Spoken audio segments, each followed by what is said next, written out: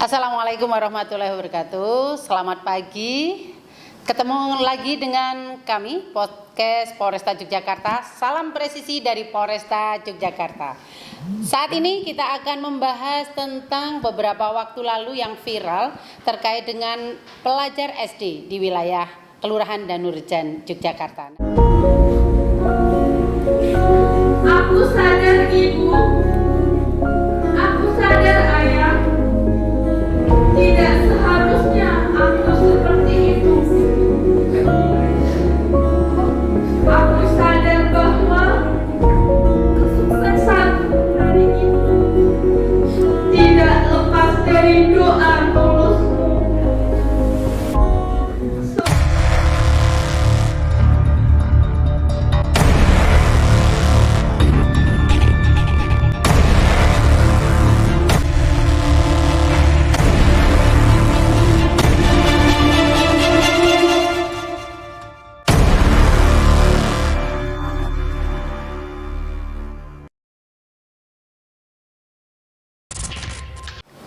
Akan kita bahas bersama Babin Kamtibmas Kelurahan Tegal Panggung, Danurejan, Yogyakarta. Dengan Pak Dwi Cipto, selamat pagi. Selamat pagi Ibu. Apa kabarnya, sehat? Alhamdulillah. Ya, ini ngomong-ngomong beberapa waktu lalu viral terkait pelajar SD ya. Nah, ini kapan Bapak Dwi Cipto ini mengenal Akbar?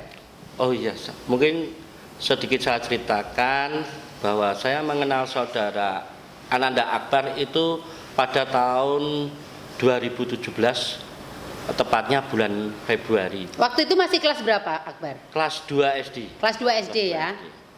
Ya, kelas 2 SD saya mendapat laporan dari warga dan ketua RT bahwa Ananda Akbar ini tidak mau sekolah.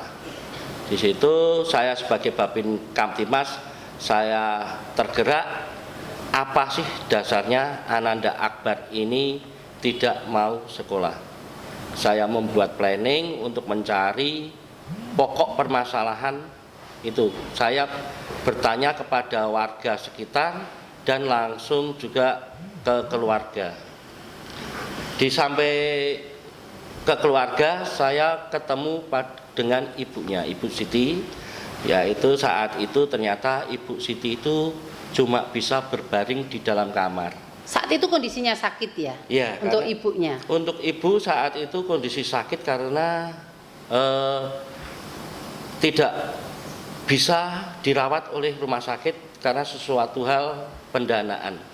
Soal biaya rumah sakit ya, jadi ibunya dirawat di rumah sakit begitu. Ya, untuk bapaknya sendiri, pekerjaan sehari-hari? Bapaknya sendiri, bapaknya Fitra itu serabutan Ibu. Serabutan, Ya. Pekerja serabutan ya. Betul, Ibu. Ibunya sakit, pekerja serabutan. Jadi Akbar di rumah bersama ibu yang sedang sakit. Ibunya dan yang sedang sakit dengan kakeknya. Ya. Untuk neneknya? Ada juga. Ada juga. Kakek nenek berarti Akbar tidak sendiri, namun kondisi ibunya saat itu sakit. Betul Ibu. Nah, kemudian Akbar sendiri kenapa nggak mau sekolah waktu itu?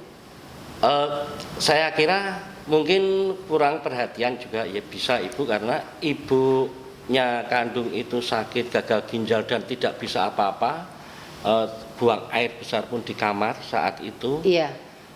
Terus bapaknya kerja serabutan keluar kota, jadi anak ini kurang perhatian dari orang tua. Dari orang tuanya ya. Dari situ saya berusaha untuk ketemu Akbar dan berusaha untuk menemui bapaknya saat dia pulang ke wilayah, ke rumahnya, karena bapaknya itu kerja di luar kota, tujuannya adalah mencicil angsuran dari salah satu rumah sakit yang waktu ibunya dirawat. Betul Ibu. Nah, waktu itu Pak Dwi Cipto bisa bertemu Akbar, itu dapat laporan dari warga atau Pak Akbar sendiri dengar langsung bahwa ada pelajar SD yang waktu itu tidak mau sekolah karena kondisi keluarganya? Saya mendapat cerita dan mendapat laporan dari sekitarnya Ibu, yang tadi saya dari warga sekitar. Ya, sama Pak RT-nya juga menembusi saya bahwa Akbar ini tidak mau sekolah. Terus tindakan yang tadi sudah saya jelaskan, ya di depan tadi saya menambahkan bahwa saya pun berusaha menemui pihak sekolahan. Jadi waktu itu 2017 saya ketemu Bapak Kepala Sekolah Bapak Jaswadi SDN Widoro. SD Negeri Widoro ya, di Dandurjan juga. Ya, itu ketemu. Kemudian komunikasi dengan Kepala Sekolah SD Widoro Bapak Jaswadi, memang betul setelah dibukakan absensi bahwa Ananda Akbar ini kalau berangkat 1 hari berangkat 13 hari libur. 1 hari berangkat 13 hari libur. 1 hari berangkat 10 hari libur. Jadi tidak setiap hari mau masuk ya. Tidak setiap hari masuk. Di situ mungkin karena kendala orang tua kurang support dari keluarga. Nah, tip yang saya jalankan ada beberapa Ibu mungkin untuk memotivasi Akbar biar sekolah, karena rumah Akbar itu alhamdulillah dekat dengan kantor kelurahan. Jadi dengan sendirinya saya bisa memantau ya, di belakang. Di belakang persis kelurahan Tegal Panggung itu. Ya, di belakang kelurahan Tegal Panggung mungkin ya 50 meter. 50 meter. Ya, Ibu. Ya, kemudian apa yang tergerak dari Pak Babin ya yang selalu dekat dengan warga masyarakat ini tergerak untuk menjadi orang tua asuh Akbar sendiri. Ya, kalau bercerita dengan kata orang tua asuh sepenuhnya sebetulnya kurang pas Ibu, karena pernah saya itu sama bapaknya, saya bilang sama bapaknya Akbar ini mau saya minta dengan 2 solusi, mau saya minta atau Akbar saya salurkan atau saya biar dididik oleh pemerintah di salah satu panti pemerintah, yaitu Panti Wilosoprojo. Itu pondok pesantren atau panti asuhan atau panti yang memang itu oleh pemerintah Kota Jogja. Dikhususkan untuk anak-anak yatim atau anak piatu. Anak-anak ini tetap sekolah, tetap belajar. Bisa hidup layak seperti anak-anak pada umumnya. Betul Ibu. Iya. Nah, kemudian pada saat keseharian anak-anak ini karena orang tuanya pekerjaan serabutan, ibunya sakit, ya. Nah, setelah Pak Babin ini ya bertemu dengan Akbar itu, terus Akbar bisa melanjutkan sekolah setiap hari, mau masuk sekolah atau bagaimana Pak Babin? Alhamdulillah Akbar ini setelah masuk memang masuk, tetapi tidak jam-jam betul-betul jam anak sekolah. Saya komunikasi sama Kepala Sekolah SD Widoro, memberi keleluasaan bahwa yang penting anak ini masuk dulu Ibu. Iya. Mau masuk jam 8, jam 9 yang seharusnya itu jam 7 sudah masuk. Iya, jam 7 masuk ya, itu sampai setengah 9 kami biarkan dulu. Iya. Sambil kita pantau ternyata sudah mulai masuk. Terus ke berikutnya alhamdulillah kalau ketemu itu saya sama Akbar karena dekat tadi, dekat jarak juga, saling sapa, entah itu Akbar yang lihat saya atau saya yang lihat Akbar, pasti saling memanggil. Kalau Pak Cipto, Akbar, Pak Cipto, di situ langsung saya ngomong, sekolah enggak? Nah, itu pasti kan keluar. Bar sekolah ora, kan gitu. Kadang Akbar, ora Pak, lah nopo? Nah, itu sering lah pembicaraan. Ya, sudah seperti orang tuanya karena kedekatan Pak Cipto dengan Akbar sendiri. Betul Ibu. Nah, itu kan tahun 2017. Terus sekarang kondisi ibunya? Kondisi ibunya tahun 2019 sudah meninggal. Dipanggil sama Tuhan ya. Terus kemudian setelah itu karena Akbar tinggal sama kakek ya dan neneknya di rumahnya. Nah, bapaknya tetap ya memberikan perhatian untuk Akbar. Ya, karena bapaknya sekarang sudah berkeluarga lagi, sudah mempunyai istri. Mungkin sedikit berpengaruh juga untuk memperhatikan anak ini. Tapi karena bapaknya sudah tidak tinggal di situ Ibu, sekarang di kemantren lain. Terus Akbar dan adiknya Sinova itu tinggal mengikuti kakek. Berarti 2 bersaudara ya ini ya, Akbar dengan adiknya Nova. Betul. Nah, kemarin sempat viral kita melihat video Pak Babin ini kan Akbar sudah kelas 6 ya. Sudah kelas 6, sudah wisuda. Lah itu kemarin yang menghadiri kan Pak Pak Babin sendiri ya. Itu sepertinya saya juga ikut terharu melihat video yang sempat viral. Nah, ini bagaimana perasaan Pak Babin melihat Akbar yang notabene bukan anak kita sendiri, tapi melihat anak tersebut bisa wisuda, bisa mengikuti, kan rasanya seperti apa Pak Babin? Ini mungkin juga sedikit menurut juga Ibu, cerita sebetulnya adalah saya itu patia hari Kamis. Iya. Wisuda itu saya diundang untuk mengisi oleh pihak SD Widoro. Pihak sekolah. Pihak sekolah mengundang saya untuk mengisi di situ, memberikan sambutan.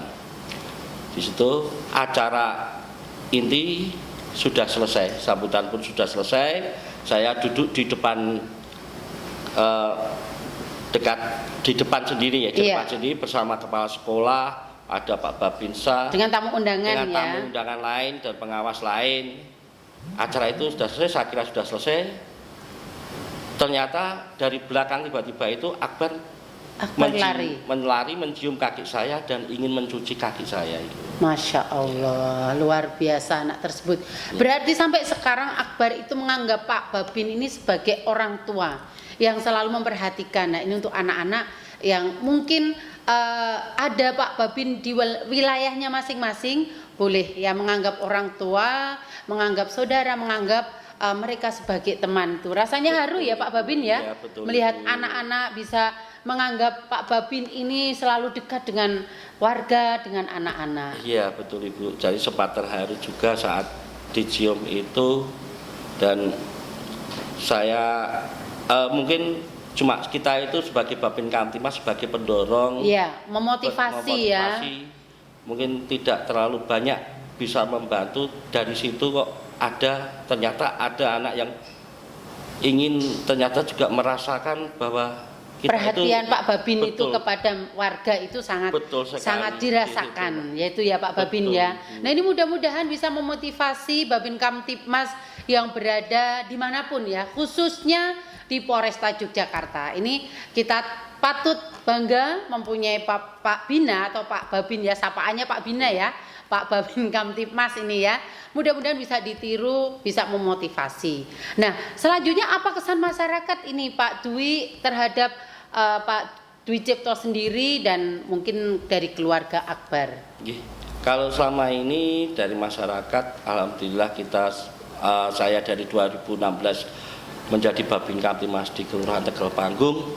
Dari tokoh masyarakat, dari warga sekitar saling kita bisa komunikasi dengan bagus, sehingga ya bersama-sama untuk membangun wilayah sinergi ya dengan warga ya. Ya Ibu. Ya, itu yang kita harapkan seperti itu.